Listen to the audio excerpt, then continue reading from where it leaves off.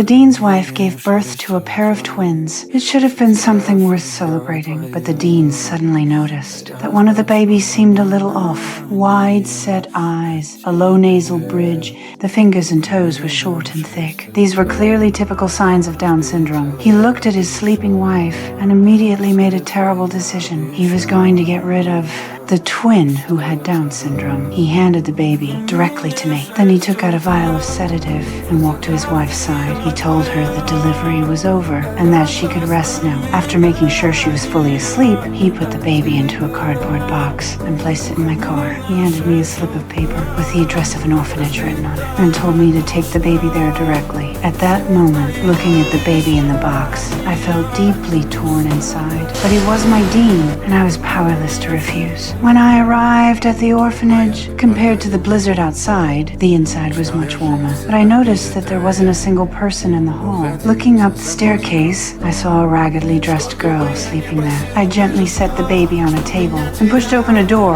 A foul stench hit me. Inside, a caretaker was abusing a man lying on a bed. As I looked around, I realized everyone here looked like walking corpses.